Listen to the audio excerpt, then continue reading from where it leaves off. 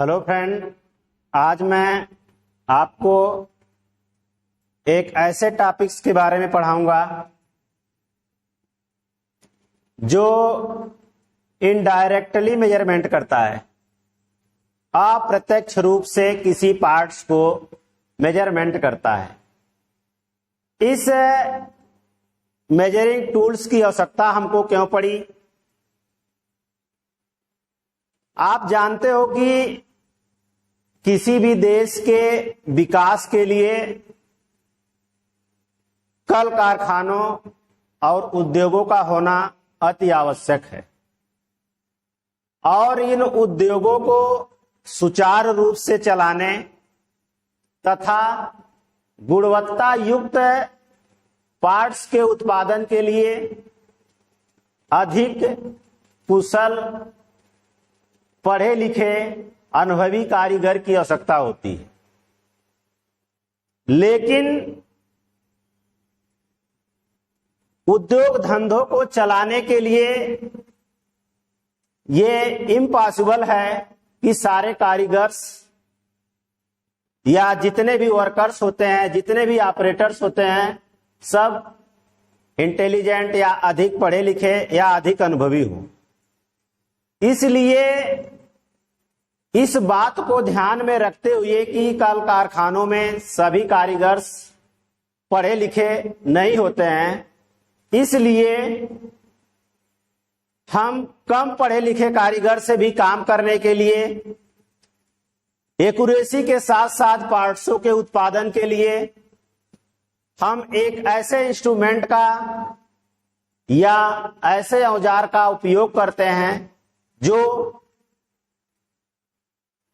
कम पढ़ा लिखा व्यक्ति भी यूज कर सके, सही साइज में, सही डायमेंशन में किसी जाप को नाप सके और नाप करके प्रोडक्शन को आगे बढ़ा सके।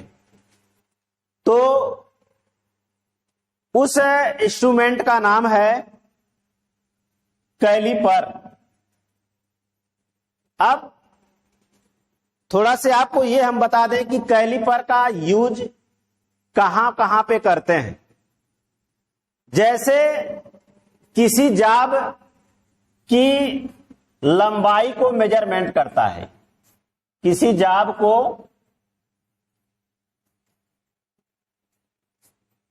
लंबाई मेजरमेंट करता है, दूसरा है चौड़ाई को भी ये मेजरमेंट करता है, और तीसरा है ये किसी जाब की थिकनेस, किसी जाब के थिकनेस को भी ये मेजरमेंट करता है। जैसे मान लीजिए कि ये आप देख रहे हैं फिगर में, ये हमारा आउटसाइड कैलिपर है और ये हमारा इनसाइड कैलिपर है।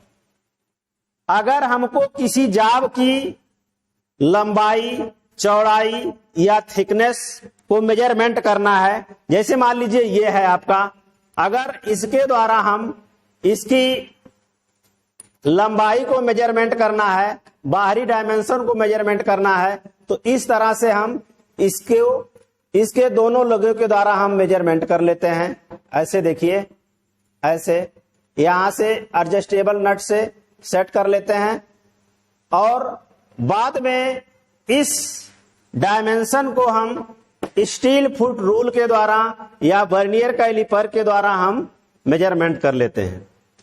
तो बात क्लियर हो गई कि इसके द्वारा, इस आउटसाइड कैलिपर्स के द्वारा किसी जाब की लंबाई को मेजरमेंट करते हैं, चौड़ाई को मेजरमेंट करते हैं और उसके थिकनेस अर्थात मोटाई को मेजरमेंट कर लेते हैं। दूसरी चीज ये आती है कि अगर कोई जाब चाहे इंटरनल हो या एक्सटर्नल या आंतरिक हो, डायामीटर हो या फिर बाहरी डायामीटर हो, दोनों को मेजरमेंट करने के लिए हम इसी औजार का प्रयोग करते हैं। ऐसे देखिए, ये आपको मेजरमेंट कर लेगा। और अगर अंदरूनी गैप को मेजरमेंट करना है अंदरूनी स्लॉट को मेजरमेंट करना है तो ये देखिए इस जाब में अंदरूनी स्लॉट बना हुआ है, ये इस तरह से मेजरमेंट कर लेगा और यहाँ पे इसको हम क्या करते हैं, लॉक करके स्टील फुट रूल के द्वारा हम फिर इस डायमेंशन को एक्यूरेसी के साथ डायरेक्टली मेजरमेंट कर लेते हैं। तो फाइनली हम ये कह सकते हैं कि ये आउटसाइड कैलिपर और ये इनसाइड कैलिपर दोनों एक इस प्रकार का इनडायरेक्टली मेजरिंग टूल्स है जो किसी जाब की लंबाई, चौड़ाई, मोटाई, व्यास, चाहे वो इंटरनल हो चाहे एक्सटर्नल हो, आप अपने पाइप को ले लीजिए, अगर पाइप के अंदरूनी डायामीटर हमको चेक करना है तब वहां पे हम इनसाइड कैलिपर का यूज करते हैं। लेकिन अगर आप अपने शाफ्ट को ले लीजिए, शाफ्ट फोर्स होती है, अगर आपसे पूछा जाए कि शाफ्ट का डायामीटर कितना है तब उसको चेक करने के लिए हम इस आउटसाइड कैलिपर का प्रयोग कर लेते हैं। अब आगे चलते हैं हम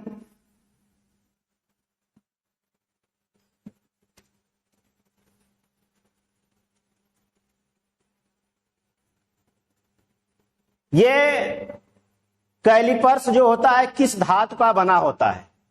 caliper high carbon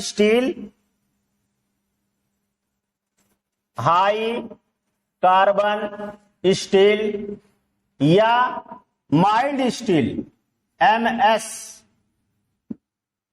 mild steel या हाई कार्बन स्टील का बना होता है। इसको बनाने के बाद, इस धातु से बनाने के बाद इसके पॉइंट्स को, मेजरिंग पॉइंट्स को, जो उसकी लेग होती है, लेग का वह पॉइंट जो जाब को मेजरमेंट करता है, जाब के संपर्क में आता है, उसको हम हार्ड और टेम्पर कर देते हैं और उसको केस हार्ड भी कर देते हैं। कुछ गहराई तक कार्बन की मात्रा को बढ़ा करके उसकी सतह को ऊपर से हार्ड कर दिया जाता है ताकि वो घिस न सके।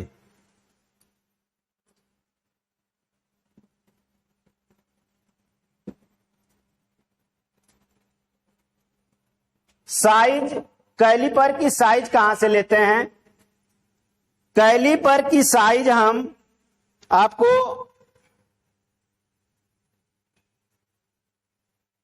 यहां आप देख रहे हैं, ये स्प्रिंग जॉइंट कैलिपर है और ये भी स्प्रिंग जॉइंट इनसाइड कैलिपर है। पूरा इसका ये पोर्शन जो है इसको हम कहते हैं पिवट पिन। क्या कहते हैं? पिवट पिन, या उसको हम क्या कहते हैं? धुरी कहते हैं। इसके मध्य बिंदु से लेकर के इसकी गेजिंग पॉइंट जो है, यहां से लेकर के यहां तक की जो डिस्टेंस होती है, यहीं से इसकी साइज ले लेते हैं। मतलब आउटसाइड कैलिपर हो चाहे इनसाइड कैलिपर हो, पिवट पिन से लेकर के उसके गेजिंग पॉइंट के बीच की जो दूरी होती है वहां से इसको स्पेसिफाई किया जाता है या वहां से उसकी साइज ली जाती है।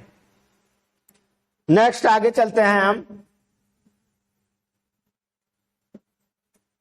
टाइप्स ऑफ कैलिपर, ये आपका आउटसाइड कैलिपर है और ये इनसाइड कैलिपर है। अब आप देख रहे हैं कि ये इसकी दोनों लेगें बाहर की तरफ, अंदर की तरफ अर्धवृत्ताकार मुड़ी हुई है और इसकी दोनों लेगें जो है बाहर की तरफ मुड़ी हुई है। अर्थात इसके द्वारा हम इंटरनल मेजरमेंट करते हैं और इसके द्वारा हम एक्सटर्नल मेजरमेंट करते हैं। अब जॉइंट के अनुसार ये दो प्रकार के होते हैं।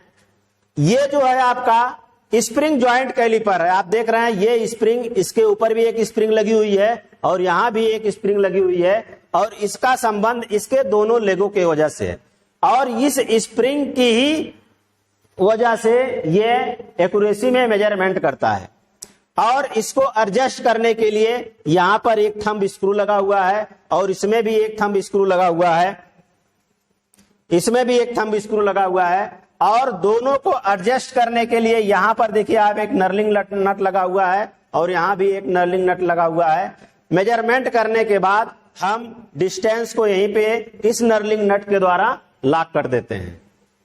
तो इस तरह से ये जॉइंट के अनुसार ये स्प्रिंग जॉइंट कैलिपर है और नाम के अनुसार ये एक आउटसाइड कैलिपर होता है और दूसरा इनसाइड कैलिपर होता है। Next, जैनी caliper. 3 कैलिपर होते हैं, एक आउटसाइड कैलिपर, एक इनसाइड कैलिपर और एक जैनी कैलिपर।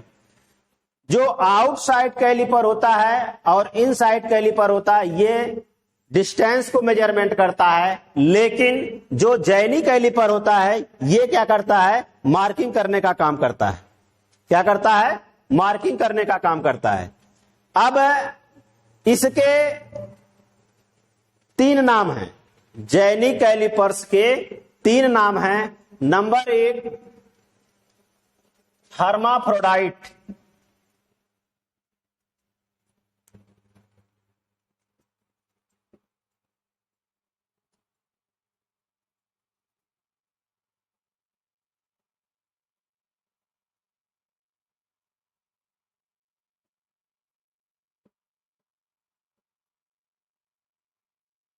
नंबर 1 है हर्माफ्रोडाइट कैलिपर। हर्माफ्रोडाइट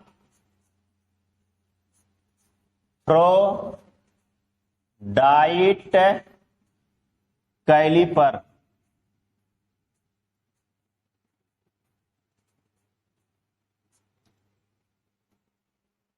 दूसरा है odd leg calliper. Odd leg caliper.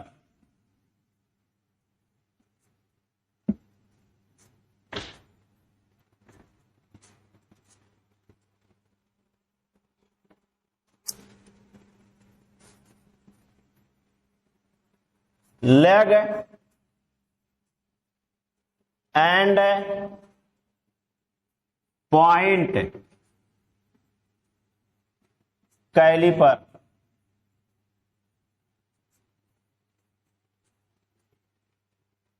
एक ऐसा मार्किंग टूल्स जो वर्नियर हाइट गेज की अनुपस्थिति में उससे कम एक्यूरेसी में किसी जाब की बाहरी सतह या अंदरूनी सतह के समानांतर, उसके पैरेलल समानांतर रेखा खींचने का काम करता है, जिसको हम कहते हैं जैनी कैलिपर या हर्माफ्रोडाइट कैलिपर या ऑड लेग कैलिपर या लेग एंड पॉइंट कैलिपर। अब ये कैलिपर भी आप देख रहे हैं कि इसका एक लेग जो है स्ट्रेट है, इसमें देख लीजिए और इसमें दोनों को, एक लेग स्ट्रेट है और दूसरी जो है मुड़ी हुई है। इसके द्वारा हम कर्व रेखा भी खींच सकते हैं, किसी जाब के समानांतर स्पर्श समानांतर रेखा खींच सकते हैं, लेकिन वर्नियर हाइट गेज की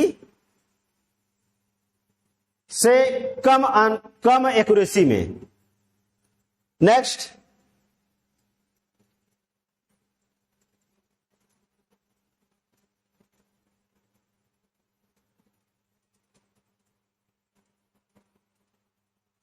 एक चीज और जान लीजिए कि जो लेग इसकी मुड़ी होती है ये 2 तरह से होती है, एक व्हील टाइप होती है और एक सीधी होती है। जो व्हील टाइप होती है वो किसी जाब की बाहरी सतह के समानांतर रेखा खींचता है, और जो स्ट्रेट होती है वो जो होती है अंदरूनी सतह के समानांतर रेखा खींचने का काम करती है। प्रिकॉशंस, इसकी सावधानियां क्या हैं, इसको प्रयोग करने से पहले और बाद में अच्छी तरह से साफ कर लेना चाहिए। इसका पॉइंट जो है शार्प होना चाहिए, जो इसका मार्किंग पॉइंट है शार्प होना चाहिए। ग्राइंड करके हम उसको शार्प कर लेते हैं और इसके द्वारा हम अनावश्यक लाइन खींचने का काम नहीं करते हैं, अन्यथा इसकी स्ट्रेट लेग या स्ट्रेट स्क्राइबर जो है खराब हो जाएगा और इसको हम किसी मेजरिंग टूल्स के साथ नहीं रखते हैं। और जब दोनों लेगों को रिवेटिंग की जाती है वो रिवेटिंग इस तरह से होनी चाहिए कि ना तो अधिक लूज होनी चाहिए और ना अधिक टाइट होनी चाहिए, वो इस अनुपात में होना चाहिए ताकि उसको हम आसानी से फैला सकें और संकुचित कर सकें। अगर इसका काम ना करना हो तो बार बार इसकी लेगों को फैलाना और संकुचित नहीं करना चाहिए। यहीं पर हम इस टॉपिक को समाप्त करते हैं। Thank you very much.